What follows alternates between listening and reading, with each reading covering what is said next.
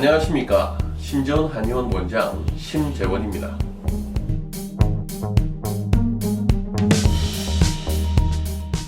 오늘은 키가 작은 아이들에 대해서 부모님들이 이것이 다 나 때문일까 하는 이 유전에 대한 얘기를 좀 나눠보고 싶고요. 그리고 유전적인 문제를 극복하기 위해서는 어떠한 노력이 필요한가에 대해서 알아보겠습니다.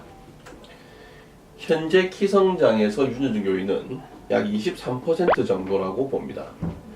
예전에 우리 못 먹고 살던 시절에는 실제로 영양이라든지 다른 부분들이 변수가 별로 없었기 때문에 부모님에 의한 키가 가장 큰 영향을 실제로 줬던 것 같아요. 그런데 지금 시간이 갈수록 아주 실제 예를 들면 우리나라하고 또 우리 북한에 있는 우리 아이들, 청소년들하고 비교를 했을 때 같은 민족임에도 불구하고 환경적인 차이로 인해서 평균 키가 대략 10cm 이상 차이가 납니다. 마치 그런 것처럼 요즘에는 영양, 보건, 그리고 후천적 관리에 의해서 10cm 이상의 차이를 낼 수 있다는 사실들이 입증이 돼서 유전적으로 약 23% 정도의 차이만을 얘기하고 있습니다. 그래서 실제 치료를 할 때는 우리 사춘기나 급성장기가 아닌 아이들, 우리 만 3세에서 남자애 같으면 만 11세, 여자애 같으면 만 9세 정도 되는 아이들이 부모님 키와 상관없이 1년에 5에서 5.5 정도는 커줘야 됩니다. 그러니까 부모님이 작다고 해도 건강하다는 전제하에서는 5에서 5.5 정도 크는 것이 정상이다. 오히려 그렇지 않은 경우에는 유전적 문제가 아니고 다른 후천적인 문제가 있다라고 생각을 하셔야 되겠습니다. 자, 그러면 키를 크게 하는 후천적 관리에 대해서 얘기를 좀 나눠보겠습니다. 일단은 영양과 위생이라고 보셔야 되겠죠. 영양 상태가 좋지 못하면 발육이 안 된다. 이건 더 이상 설명할 필요가 없을 정도로 중요한 얘기가 되겠고요. 그러면 키가 크기 위해서 어떤 것들을 먹는 것이 좋을까? 일단은 가장 키에 있어서 중요한 것은 단백질, 칼슘, 마그네슘이라고 생각하시면 돼요. 단백질은 기름지지 않은 물을 이용해서 기름기를 뺀 수육, 백숙찜, 샤브샤브 이런 형태로 먹여주시면 좋을 것 같고요. 그리고 칼슘 같은 경우에는 우유나 치즈, 시금치, 멸치, 감자, 귤 이런 식품들을 통해서 섭취해 주시면 좋고, 그렇게 기본적으로 음식으로 섭취하고 영 모자라다 이럴 때 칼슘 제제를 복용하는 방식으로 보충해 주시면 좋을 것 같습니다. 그리고 이러한 단백질과 칼슘을 키로 인도하는 역할을 해주는 것이 마그네슘인데, 마그네슘은 녹황색 야채, 현미 이런 것에 많이 들어있기 때문에 야채를 겸할 수 있는 식사를 해주시는 것이 상당히 좋겠죠. 그에 반대되는 음식들에 대한 얘기를 드리자면 우리 부모님들 잘 아시는 인스턴트 패스트푸드 음식들이죠. 주로 나트륨 그리고 인 성분들이 많은 음식들이에요. 나트륨하고 인이 높다라고 하는 것은 섭취되는 칼슘을 밀어내고 자신들이 섭취가 된다는 뜻이 되기 때문에 기껏 어렵게 먹은 칼슘들을 다 밖으로 배출시켜버리는 역할이 되죠. 그래서 나트륨이나 인이나 많이 포함된 인스턴트 패스트푸드 음식들은 피해 주시는 게 좋겠습니다. 자, 두 번째는 건강관리입니다.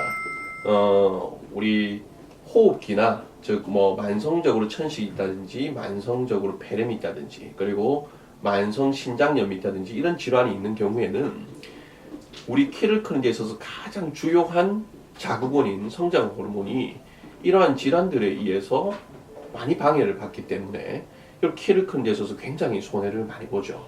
그리고 또 계절적으로도 키는 봄, 여름에 많이 크고 가을, 겨울에 좀 덜 크는 경향이 있는데, 예를 들어서 봄 동안에 아이가 심하게 알아서 한두 달 입원을 했다.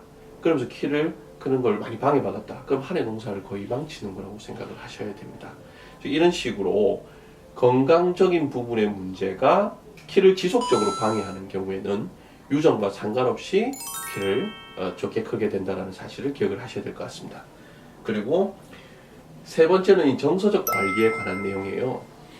많은 분들이 이 정서라는 표현을 쓰면 무슨 말씀인지 이해를 잘 못하세요. 그런데 실제로 치료하는 사람 입장에서는 자주 나타나는, 그리고 굉장히 치명적인 역할을 하는 경우가 많아요. 예를 들어서 아이가 왕따를 당해서 대인관계가 매우 힘들어진다, 학교를 갈 때마다 너무 힘들다든지, 또는 엄한 선생님이 너무 좀 억압적으로 학년을 운영하시다 보니까 반 전체 아이가 키가 안 큰다든지, 그리고 또 부모님이 수시로 이제 다툼을 벌이시는 바람에 또는 불화로 별걸 하시다든지 이런 상황이 되게 되면 아이들에게 있어서의 그 스트레스는 이루 말할 수 없겠죠. 이런 상황이 될 때마다 아이들이 실제로 호르몬, 즉 내분비의 교란이 일어나다 보니까 성장을 시키는 데 있어서 굉장히 손해를 많이 보게 됩니다. 정신적 건강 상태를 잘 유지하도록 하는 것이 부모님이 아이들의 키를 잘 키울 수 있는 또 하나의 방법이 되겠죠.